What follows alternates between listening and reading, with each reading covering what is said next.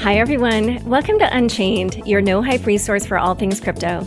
I'm your host, Laura Shin. Subscribe to Unchained on YouTube, where you can watch the videos of me and my guests.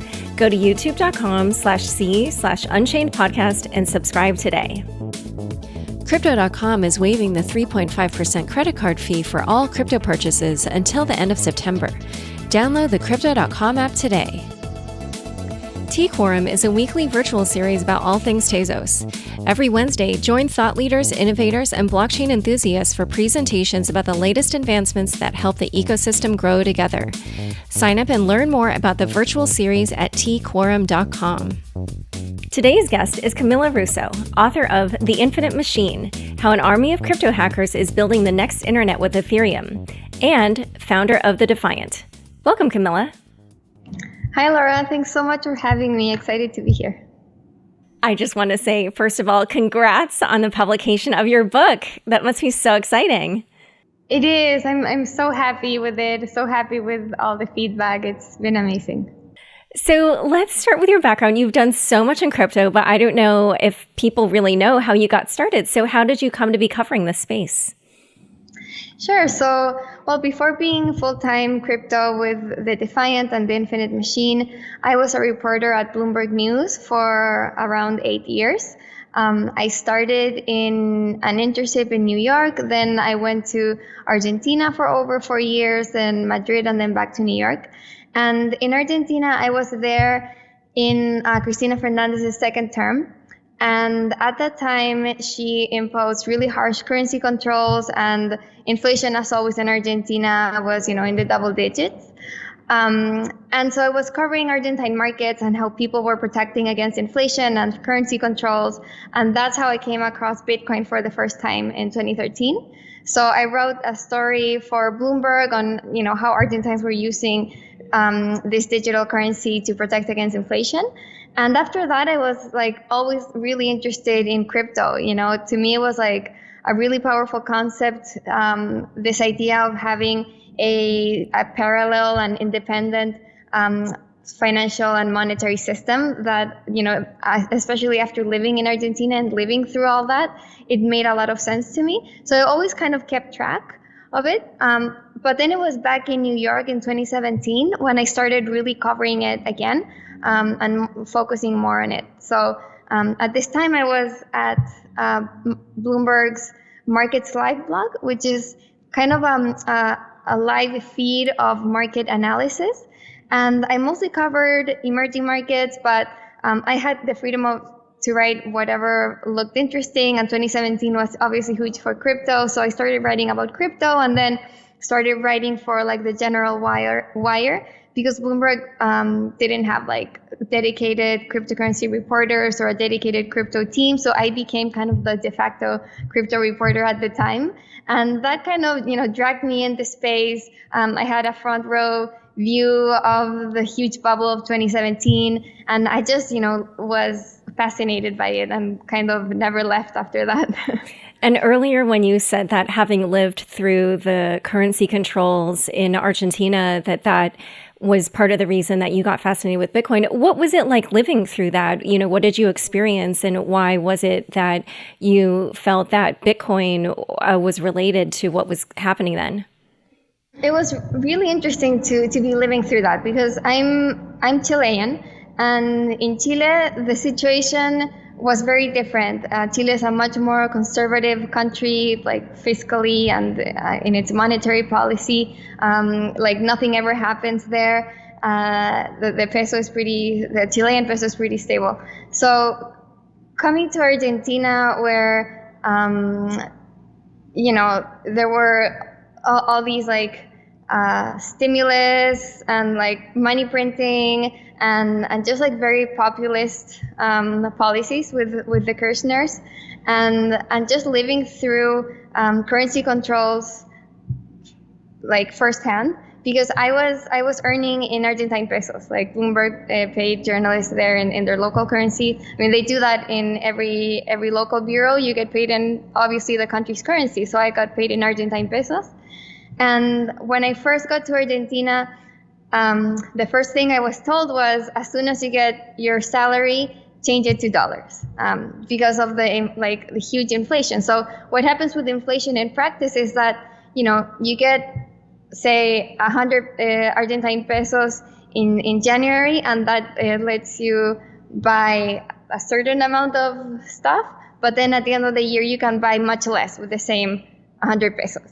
So effectively you become poorer by holding your local currency. So that's why people in Argentina and countries with really high inflation are always seeking a more stable currency, and that's usually US dollars. So that's what I was doing. As soon as I got my salary in pesos, I exchanged it to dollars. And then one day, I think it was two or a couple of days after Cristina Fernandez got reelected, I was at the Bloomberg office kind of covering this announcement where she said, now US dollar purchases are prohibited. And I was like, okay, I covered it. But then I went to my bank account to see if actually I wasn't able to trade pesos for dollars anymore. And that option was just gone from my bank. So I really kind of lived that. And then I was stuck with Argentine pesos and having to go to the black market. And the US dollar black market in Argentina is it's illegal, but it's everyone does it. Everyone is using it. And it's just crazy. So people were doing all these schemes to try to get access to dollars. They would go overnight to Uruguay, to Punta del Este, and cash casino chips for dollars, and do all this crazy stuff, including Bitcoin. So and yeah, just seeing how frustrating it is to have a government dictate what you can and can't do with your own money, and banks prohibiting and enforcing those laws and regulations. It was just amazing to me. It just didn't make any sense. It was this is my money, I earned it. Why are they telling me I can't buy dollars with it? Especially because the reason why the peso is being devalued is their fault. So why do I have to pay for that, right? It just felt so insane. And so, yeah, it's the ability to have a hedge against crazy governments and irresponsible policies was just groundbreaking. And yeah, I think that's what Bitcoin enables. So, but something that's so fascinating to me is that I obviously can see how your experience in Argentina would get you interested in Bitcoin. And I've seen this pretty much the same story happen with people like Wences Casares and Michael Casey, who lived in Argentina. It just feels like, that Mariana Conti, everybody who has experience with Argentina somehow finds their way to the crypto space. But why do you think that you instead ended up focusing on Ethereum rather than Bitcoin? Yeah, so I think the reason is a practical one, as well as not ideological one, but one that's focused on Ethereum itself. So the practical reason was that end of 2017, I thought what happened this year is crazy and it needs to be documented. This is an incredible space. And I had always wanted to write a book, a nonfiction book. So I was on the lookout for what interesting stories I could tell. And so crypto was, to me, that opportunity to tell an interesting story in a book. And so I just, started thinking, what's the most interesting story in crypto that hasn't been told? And the story of Bitcoin had been told before really well, I thought, with Digital Gold and other books. And it was just more widely known. But Ethereum, people didn't really know much about it beyond, it's a platform for ICOs. There was no history of Ethereum, which was crazy. It was the second biggest cryptocurrency. It fueled much of the craziness of 2017, yet nobody knew much about it and how it got created and started. So that's the reason I started looking at writing a book on Ethereum. And then, after my kind of initial research, I realized it is really a book-worthy project, because while Bitcoin tries to do peer-to-peer money, Ethereum wants to do peer-to-peer everything, like go beyond just the peer-to-peer transfer of money with smart contracts. So to me, it was, whether Ethereum ends out winning or succeeding in its goal of becoming like the world computer, it's still won in the sense that it was the first to try this, to push blockchain technology forward. And so I thought that was a story worth telling. And at some point, you also left Bloomberg. Why? When was that, and why did you decide to leave Bloomberg? So I left Bloomberg January 2019.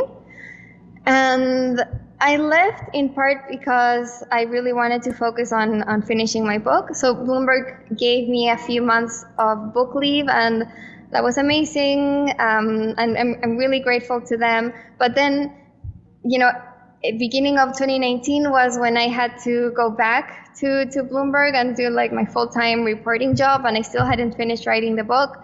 And so I just couldn't see how I would be able to do both well, and I didn't want to delay publishing my book.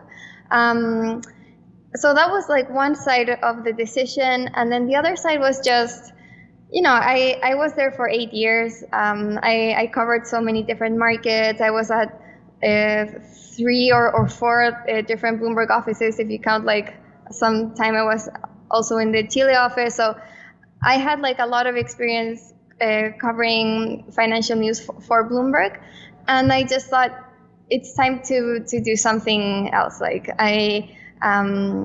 I was excited to freelance, to maybe start something on my own. I left without a clear idea of what I would do after finishing the book, but I knew I wanted a little bit more freedom to explore other things after all that time at Bloomberg. And so you did start talking a little bit about your book, but why don't we just dive into the particulars? What is your book about? So yeah, my book is it focuses on the history of Ethereum, especially the early days. So how Vitalik came up with the idea of Ethereum, how he inspired a group of very diverse characters from different walks of life to follow him in this journey of building this new platform, the challenges they faced, how they overcame them, and then the 2017 boom and bust in 2018, and then also I come to pretty much present day, kind of hinting about the future of Ethereum with DeFi and Web3. But really the focus is on the early days and how Ethereum got started and launched. And so what would you say were the most pivotal moments in Ethereum's history? First, at the beginning of Ethereum history, there was this tension on whether, on the very kind of soul of Ethereum, whether it should be a for-profit company or a non-profit foundation, fueling development of this open public blockchain. And so I think the moment, the decision to make it a non-profit foundation obviously really defined Ethereum going forward. So that was definitely a pivotal moment. Another key moment, I think, was the pre-sale, ICO, pre-mine, however you want to call it. The decision to structure the distribution of Ether in this way, with a pre-sale instead of just by proof of work mining like Bitcoin. So Ethereum has been really criticized for this. After that, it's always faced had this kind of sort of Damocles hanging over its head with regulators on whether this was illegal, if this was a securities offering or not. That was always in doubt until recently. So I think that was another kind of big moment for it, that decision to do Ether distribution that way, and also deciding to do it in the US, and that took a huge amount of time with lawyers to decide all the specifics of the sale. Also big, but I think less known, is the Shanghai attacks. So Ethereum went through kind of this phase of like huge tests to it, and one was the Shanghai attacks when it was receiving these denial of service attacks and like spam from hackers for like an entire month. And then right after that came the DAO hack. So it was like a really intense period of like huge tests to the network. So I think these two kind of attacks were like pivotal moments as well. And yeah, like it kind of like made Ethereum feel, I think, kind of more war tested after they happened. Yeah, and just it was reversed, that the DAO happened first, and then the DDoS attacks were shortly thereafter. So as as we approach the 5-year anniversary of the Ethereum network being live, how would you characterize where Ethereum is now? It's been incredible to see the progress of Ethereum since when I first started writing the book until now.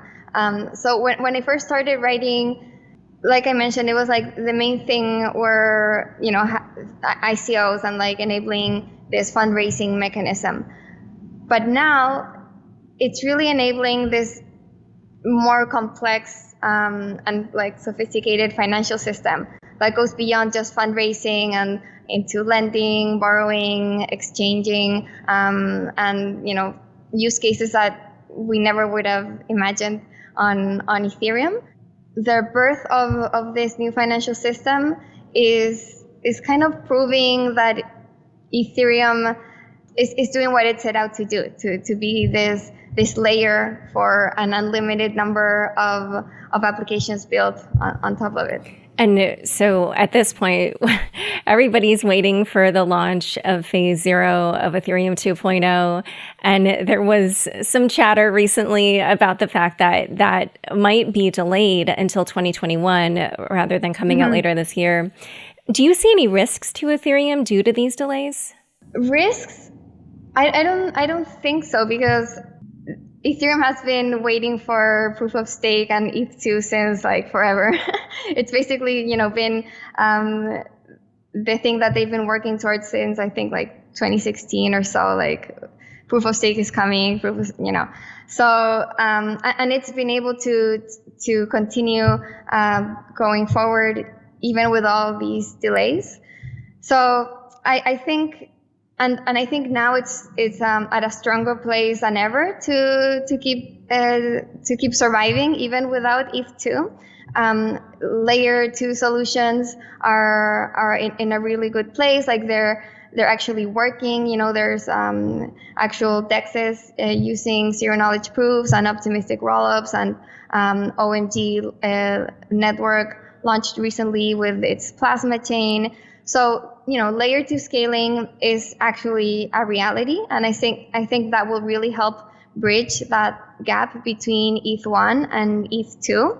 So for that reason, and also for the fact that right now the way that users are using Ethereum, it's been more of like whales using these financial platforms to transact, and so far it hasn't required that much scaling. I mean, it has put Ethereum to the test with like gas prices rising and the network occasionally being clogged up, but it's not as bad as like CryptoKitties and like thousands of people just piling on, or even like as crazy as the ICO days. I think it's like a much more measured use case of not like so many people using it at once, but it's like a more like sustainable way of like transacting. So between those things, I think Ethereum is in good shape to continue working well until ETH2 comes. So we'll see. I still, I'm not sure whether proof of stake will launch this year or next year, but there has been some. Vitalik is is really kind of pushing for a launch this year, and like other like prominent developers are too. So we'll see what happens. But I think it's good. It's a good sign that they're focused on having it done like well, instead of like just pushing out something that's not ready. Are you watching any of these other competing layer one protocols that used to be dubbed Ethereum Killers, but people haven't been using that term so much anymore? And do you think any of them have a chance of taking any market share from Ethereum? Possibly, yeah. It's hard to say. I think so far we can comment on what's happened, and so far it's been really hard to compete with Ethereum. I think Ethereum has a really great advantage of like a first mover advantage with a huge community. Like there's, I don't know, like thousands of developers building on Ethereum. I think there's reports saying that there are even more Ethereum developers and Bitcoin developers, and just the level of connectivity between Ethereum applications will be really hard to replicate because of this like composability of DeFi and other applications, that they all start working with each other. It makes it harder for a single application to move to another chain and just be there by itself. So there's kind of these network effects. The communities there, builders are there, users are there.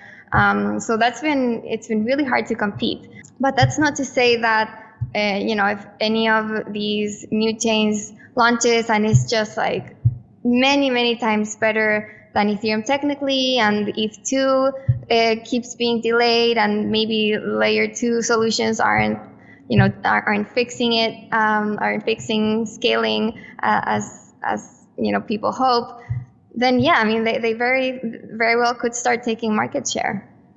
We'll see. And other than that, are there any other obstacles that you think Ethereum faces? I think regulation is always a risk, especially if Ethereum's main focus is finance. Regulators are always going to be watching that closely. I think they haven't yet, because it's still like DeFi is still pretty small. But with 2 billion now, it's not nothing. I think what kind of protects it a little bit is that so far it's really been crypto whales playing in these platforms. So you're not seeing kind of inexperienced retail users getting burned. But if we have some sort of like ICO boom type of frenzy where retail traders come to DeFi, like to yield farm, and they are paying $100 of gas fees and getting wrecked with their leveraged loans, you could see kind of regulators raising their eyebrows and taking a closer look at this. So I think that's one risk. I think what happened with ICOs and what's happened in general with Ethereum and blockchain technology is that, at least in the US, regulators realize that they have taken this kind of soft touch to allow innovation to flourish, because I don't think they want to stamp out this industry and have everyone go somewhere else, and maybe China having be the center of blockchain innovation. So I think what will likely happen is that there will be regulators looking closer at the space. One thing that interests me is when you said that the regulators have been having a light touch. There was a moment, I'm just trying to remember when this was. I think it was about a year ago, where I feel like the frustration from U.S. entrepreneurs with the regulators was sort of at a peak. Mm-hmm. And do you feel like that's changed? Because I think at that time, that's when a lot of entrepreneurs were saying, oh yeah, people are leaving to go to other jurisdictions. So do you think just that they were overreacting, or do you think that things have calmed down since then? Yeah, I think the peak kind of concern with regulators, I think, came with ICOs. I think, people were moving to other jurisdictions because U.S. regulators really took a stance there that tokens can be securities, and these sales are are probably securities, illegal securities offerings.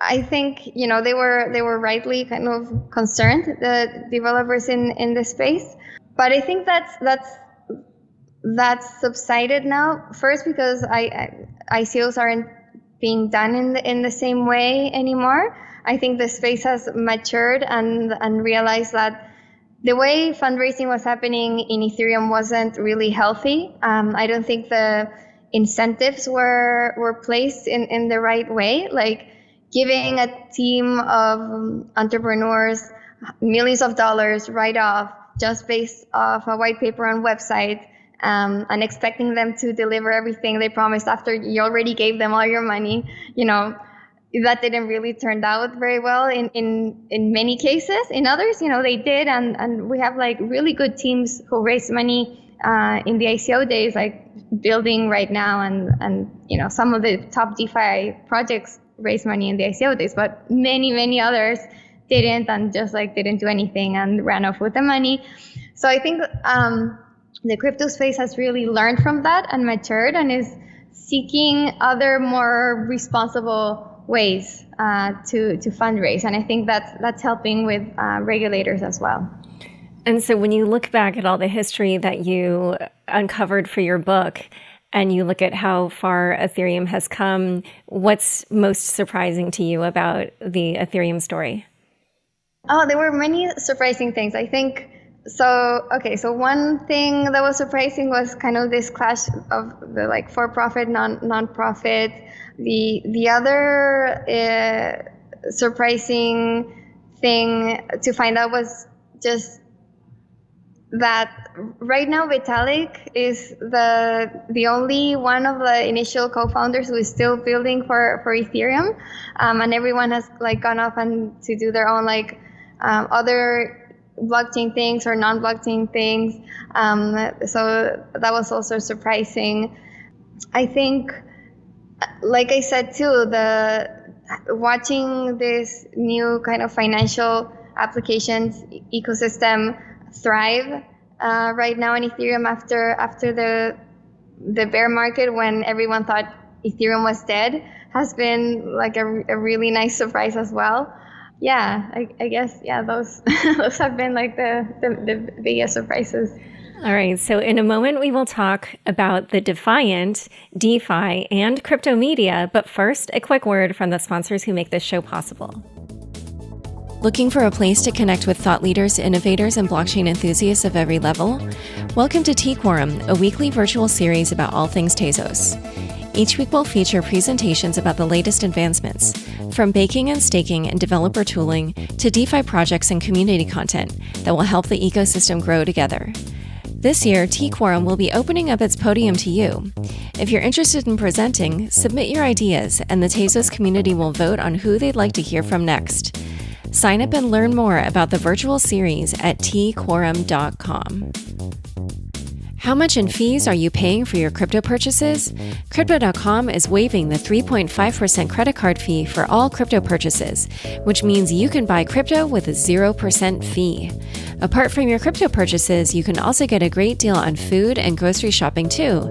Get up to 10% back on Uber Eats, McDonald's, Domino's Pizza, Walmart, and many more when you pay with your MCO Visa card. No card? On the Crypto.com app, buy gift cards and get up to 20% back from merchants like Whole Foods, Safeway, Burger King, Papa John's, and Domino's. Download the Crypto.com app today and enjoy these offers till the end of September. Back to my conversation with Camila Russo of the Defiant. So tell us about the Defiant. What is it and what do you cover there? Yeah, so the Defiant is it started out as a newsletter, which I founded in June of last year, so it has a little bit over a year.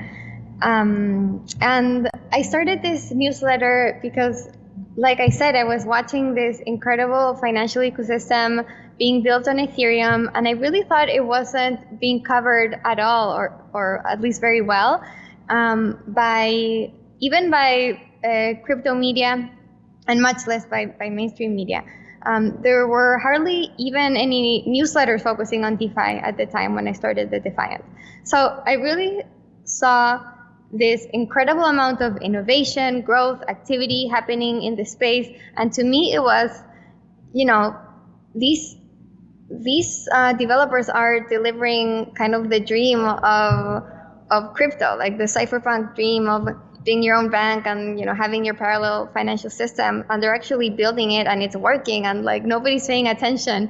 So to me, it was an opportunity to come in, and after researching and learning about Ethereum for my book, and also having covered markets for years at Bloomberg, I thought it's a good space for me to come and cover, and I was just like fascinated by it. So I started this newsletter, and at first I thought let me try to do it daily, because I think that kind of helps build an audience, that consistency, but without really knowing whether I'd have enough material or what would happen. But I just I started it, and yeah, like there was so much going on that I never was like lacking material to write a daily newsletter. And it grew really quickly. Like I had really good response to it. People really were needing this information source for DeFi.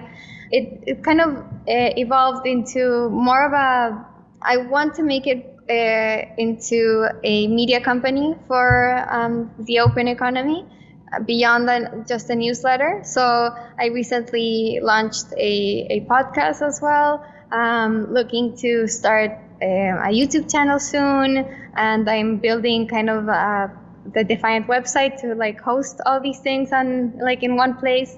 So yeah, that's my idea with the Defiant, to build it into a trustworthy content platform for decentralized finance. And I think kind of the difference with other newsletters and people covering the space is that I really do want to bring my journalistic perspective to it. So I'm covering the space from the perspective and with the expertise of a journalist, and I do have contributors who are also writing for the Defiant now, and I edit their pieces with that in mind. I'm obviously super bullish in this space, and my bias will be towards this is amazing, but always keeping the objectivism and the standards of that I had at Bloomberg. Like I'm not going to stop reporting the bad things that happen, the scams, the hacks, and I think that's especially important in such a nascent space. So yeah. And how would you compare doing financial coverage at Bloomberg to covering DeFi? How are they similar and how are they different? Oh my God. Let's see. It's obviously a much smaller market, so there's less to cover, but at the same time, it's like one market. I don't know, because so DeFi is just a global ecosystem, and it's like all part of the same thing. Whereas in covering markets for Bloomberg, you had like very separate markets. So there's emerging markets, developed markets. Within emerging markets, you have like Brazil or like Latin America and Asia, and like each country has its own specific rules and systems and securities, and they're all like in little cages, But in DeFi, because it's like a global network, it's all one thing. So I think that's a little bit different. It's also 24/7, so it's not like at Bloomberg, once the market closes, you can kind of like go home and not worry about anything. In DeFi, you can have hacks in the middle of the night, like on weekends, which is when they usually happen. So it's like, yeah, you need to be on all the time. And I think this is, I don't know, like very personal and more of like a colorful statement, but I enjoy covering this space more because I kind of can communicate better with the people building these things. Like I can relate better to them. So just to put it more concretely, covering financial markets at Bloomberg, I was always in a room with like all men in suits in their like, 50s or whatever, just like old white men in suits. And it just felt like it was obviously just a job for them. Like they didn't really, there was like no passion for what they were doing. And it's so different covering crypto, and especially covering Ethereum and the DeFi community. Like it's much more diverse. So obviously still male dominated, but you still get women and female founders who are absolutely doing amazing stuff. It's a lot younger crowd, and it's so nice to be covering a space where people are actually passionate about what they're doing. I mean, and you can just, see it, come across interviews and their products. They're like really putting their hearts into this. So yeah, I think that's a big difference from covering traditional markets. Yeah, I relate to you on so many different levels and everything you just said. And how would you say that launching and running your own crypto media company compares to working for traditional media? Oh, I've been loving being my own boss so much.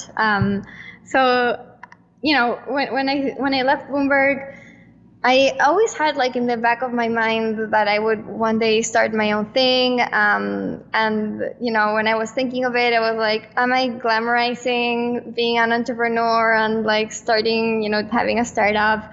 And actually, like, it's been amazing. Like I really, I'm glad that I took that step. But it's obviously very different because, I'm doing everything. It's like I'm covering, like I'm doing the journalism. I'm also doing the editing. I'm running kind of the infrastructure, like, like building the website, doing the podcast, like editing, like making sure, like talking to the Substack people when the site is down, or, like getting the crypto payments on board, like all that kind of logistics that at Bloomberg, there were like entire teams of people working. I had like nothing to worry about, are all on me now.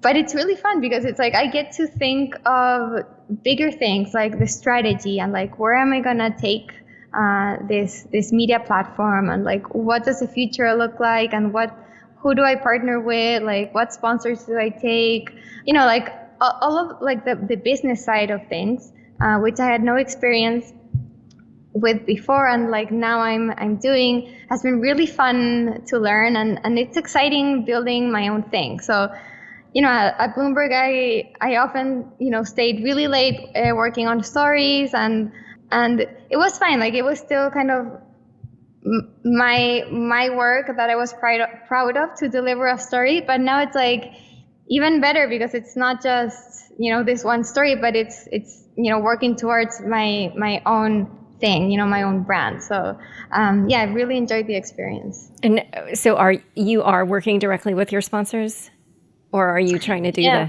Oh, you are? Oh, okay. Yeah. I started taking sponsors in April, like late April. Okay, but are you trying to do the church and state separation between business and editorial, or? Oh yeah, definitely. I mean, okay.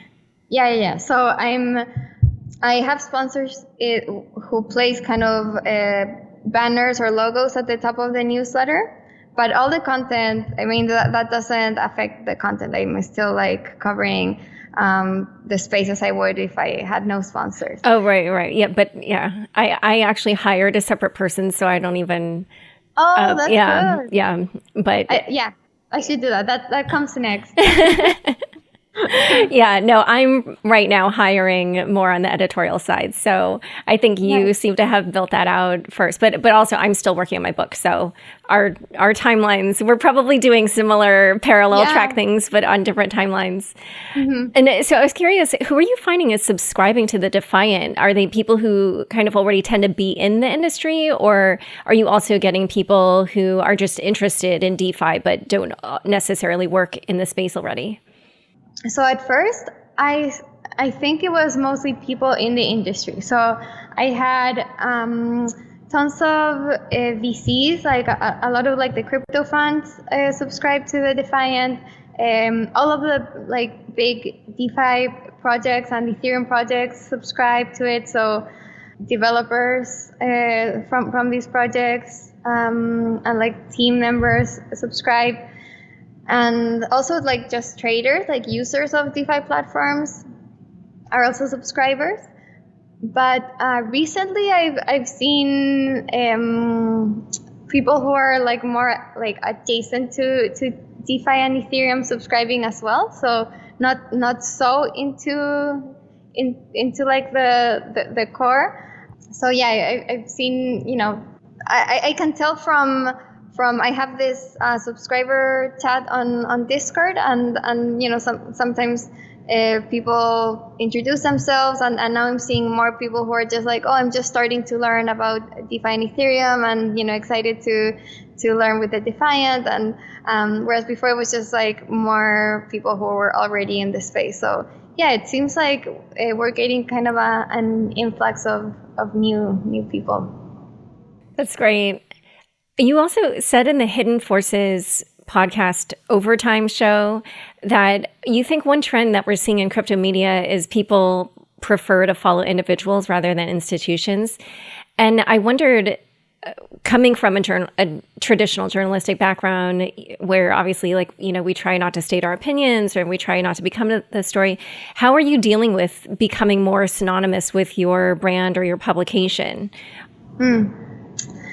Yeah, it's been like a weird transition, and it's something that I wanted to do to be able to express my own opinion and just be my own agent. At Bloomberg, I kind of struggled with that, especially because I was obviously a lot more interested in crypto and much more bullish in crypto than most people at Bloomberg. So I always kind of found that struggle with my editors who like wanted to push the story one way, but I was like, no, like that's not really what's going on. So now it's great to just be able to cover this space how I see it, and not have to like ask for permission to go to like all these different events, and like even go to on your podcast I would have had to like go through like 3 layers of like permission. So it's so great to just be able to say yes to everything. At the same time, like I said, because I want the Defiant to be a journalistic platform, it's not, it includes my opinion, but I try to be a lot more measured with it, and if I have an opinion, I'm always going to back it with facts. It's not like, oh, I love this thing because and you should use it. It's like, no, like this is great because it has like it's tons of volume, it has never been hacked, it has audits and whatever. Like I'm going to provide more substance to whatever my opinion is. Yeah, it's something that I'm still kind of figuring out what the right balance is of like me being the figure for the Defiant versus having kind of the brand take the front stage. And I think it'll be kind of a transition that will just have to happen organically with time as I bring in more contributors, and the Defiant starts being the Defiant and not like Camila Russo's project, but we'll see. I think for now I'm happy to be kind of the face of it and like pushing it and like use my, I don't know, whatever influence I have in this space to build out the brand. But I think hopefully, with time, the Defiant will become a bigger brand than my own brand.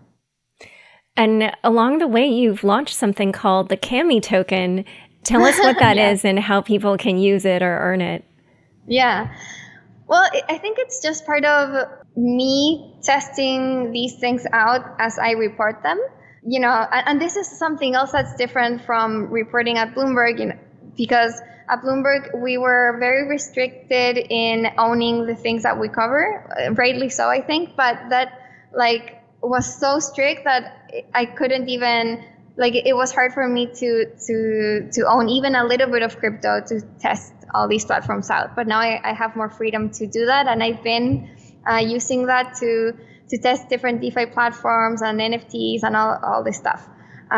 So that's what kind of the idea of CAMI tokens came from. I was covering, I wrote a post on Roll, which is the platform that facilitates the issuing of your own personal tokens.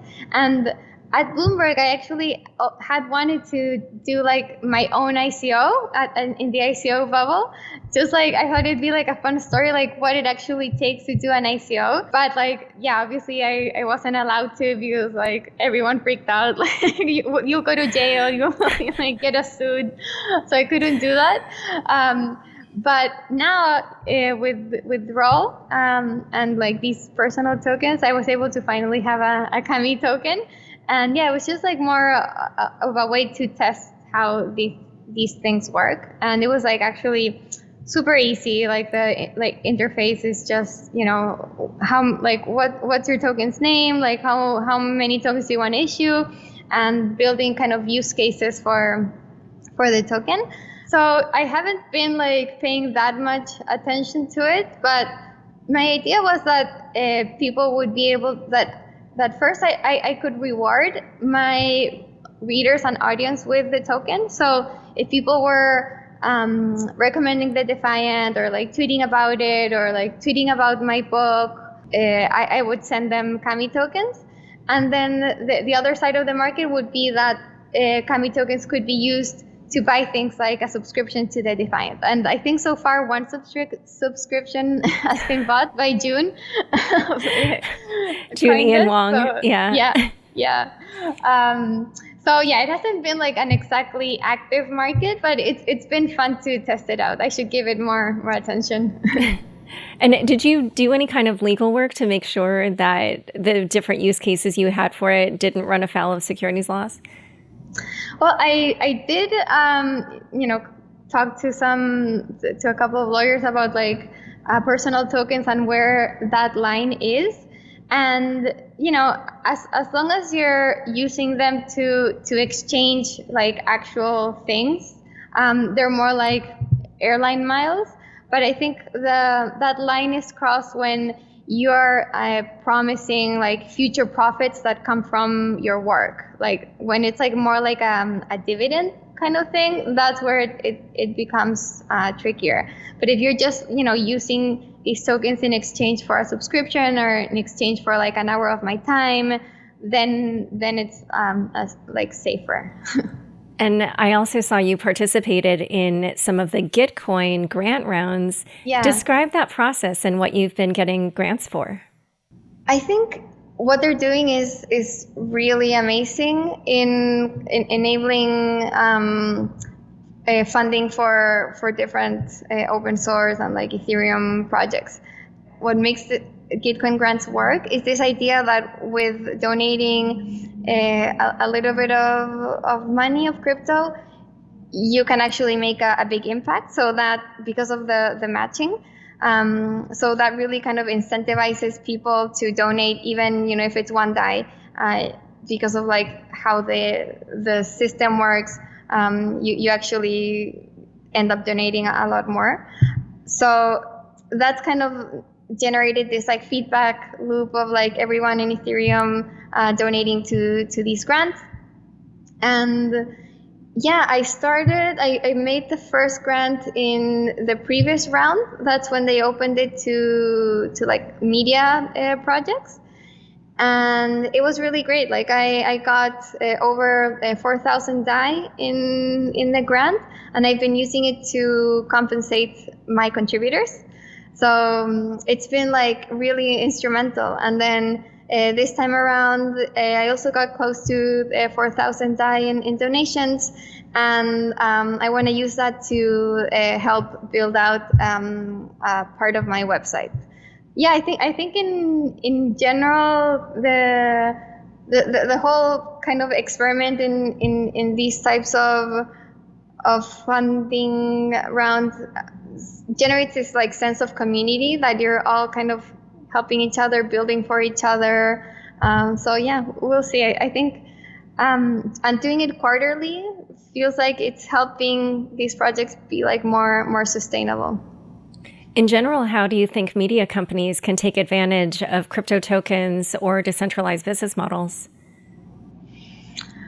That's interesting. I think there's a lot of work to be done in this space. I don't think anyone has really figured it out yet, but one of the big ideas and kind of holy grail ideas for media and crypto is this kind of model where users pay make micropayments for reading single articles, or this idea of streaming content as you would stream music or video. So I think I don't think that's been achieved yet, but that would be an interesting model to try out. It would require kind of everyone being connected and very cheap transactions. So potentially in some layer 2 channel or something, it could work out. But yeah, that'd be interesting. Unlock protocol is this project that's focused on media subscriptions with crypto, and they've been working on this idea of unlocking content with crypto. So that's another way. For now, for me personally, it's been a way. Unlock has allowed a way to give crypto subscriptions where Substack hasn't yet. So it's very, very basic. It's just subscriptions, but with crypto. But at least I've been able to implement that. But yeah, I think going forward, this idea of streaming content is where crypto can make a big impact. So let's now talk again about Ethereum, because obviously we have this 5-year anniversary coming up. You recently tweeted that the total market cap of ERC20 tokens is now higher than the market cap of Ethereum. What do you think is the significance of that fact? Well, what this obviously means on itself is that the economy being built on Ethereum is now more valuable than the token securing it. So it's more valuable than ETH itself. And, that really signals the amount of innovation going on top of Ethereum. I mean, that's one way to look at it. Another way to look at it is, wow, ETH is really undervalued because the platform should be more valuable than the applications on top.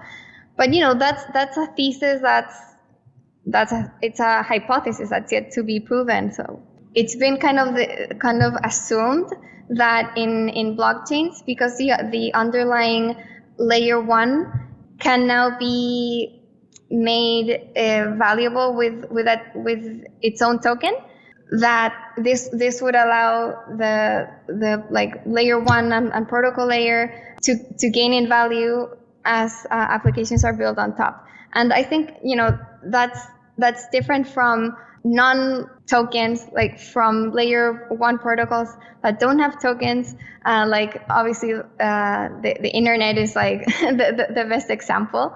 And so the idea there is that if the internet, the TCP/IP protocol, had a token, that token would be more valuable than all of the applications built on top. But because it didn't have a token, nobody could actually profit from this network, right? And so that's the difference that blockchains are building to the table, that now these layer 1 protocols can actually be made sustainable, and people can invest in these protocols, and that these tokens will become the most valuable. So I think it's interesting that with tokens on top of Ether becoming more valuable, this theory is being challenged.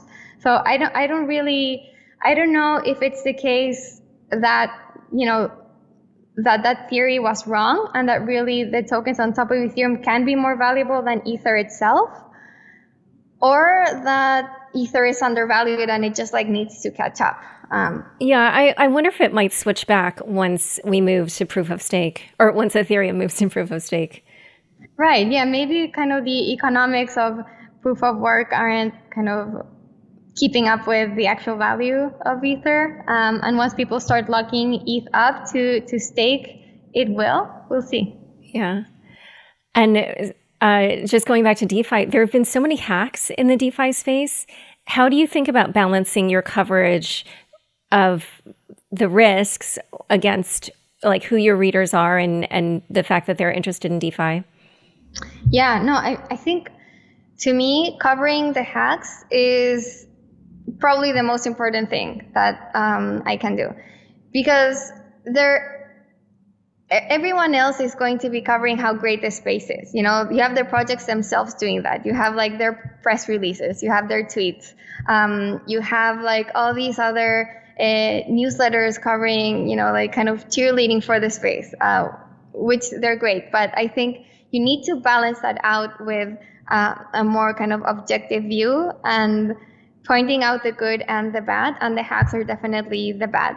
So I think, you know, it's really important especially for new readers to realize the level of risk that there is here, and there is definitely really high risk in DeFi, from code breaking, which it does, to just the volatility of the market, how illiquid it is. Yeah, there's just risk everywhere, and I always say, you know, as excited as I am for DeFi and Ethereum, these things are, you know, DeFi is just like 2 years old. You know, how many years did the financial system take to be as secure as it is today? We're just like in the very, very early stages.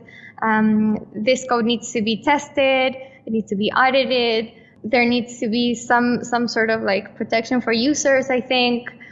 So, I mean, the main thing I say is I encourage people to check these things out, but with, you know, money that they can afford to lose. I think is kind of the safest advice. For sure.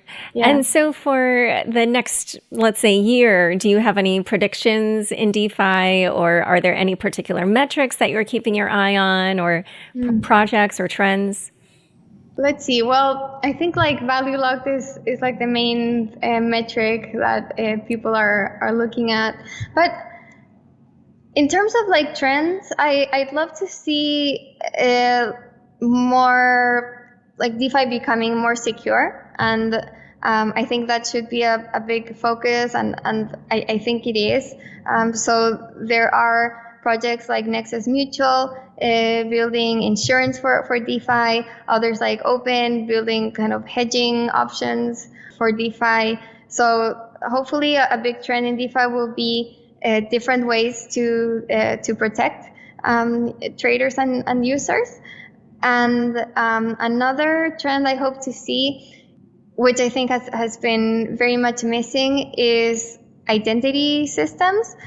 The ability to have like decentralized identity will unlock so many other new use cases, which might enable kind of greater adoption beyond crypto whales, and, you know, specifically the ability of having loans that require less collateral than they do now.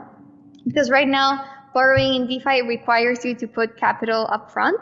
And so that right off the bat excludes a bunch of people who just don't have that capital. So having some sort of credit system, some way of like verifying payment history, that will really kind of unlock so much more value and use cases in the ecosystem. So hopefully that'll be a trend to look forward to. And what about Bitcoin on Ethereum? What are you looking for? Yeah, as you watch that. That's such an interesting trend. So yeah, Bitcoin on Ethereum has really skyrocketed, and it's been interesting to see there's actual demand from Bitcoin holders to, you know, put their Bitcoin on like smart contracts or deposits and using Ethereum tokens instead on Ethereum. So I think this will continue to grow as DeFi becomes more useful and secure. more Bitcoiners will want to start using these applications. And I think that will be the case with other non-Ethereum tokens, and even with maybe tokenized real world assets. There's this idea that Ethereum will start kind of sucking in assets into the platform. I think the first one is Bitcoin, but going forward, I'd expect all types of assets to start kind of participating in DeFi. Yeah, it's definitely a fascinating space. I think it's really great that you carved out this niche to cover, because you're right, it's easily one of the most interesting beats within the overall crypto beat. So yeah, I agree. yeah. Well, it's been so great having you on Unchained. Where can people learn more about you, the Defiant, and the Infinite Machine? Yeah, it's been so great, Laura. Thank you. I love the conversation. So the Infinite Machine, you can order it on Amazon. If you go to HarperCollins website and search for the Infinite Machine, you'll see all the resellers there beyond Amazon. I'm always on Twitter at Camila Russo, CAMIRUSSO. And the Defiant is thedefiant.substack.com if you want to subscribe. Perfect. Well, thanks so much for coming on Unchained. Yeah, thank you. It was my pleasure. Thanks so much for joining us today. To learn more about Camila, the Infinite Machine, and the Defiant, check out the show notes for this episode. Don't forget, you can now watch video recordings of the shows on the Unchained YouTube channel. Go to youtube.com/c/Unchained podcast and subscribe today. Unchained is produced by me, Laura Shin, with help from Anthony Yoon, Daniel Nuss, Josh Durham, and the team at CLK Transcription. Thanks for listening.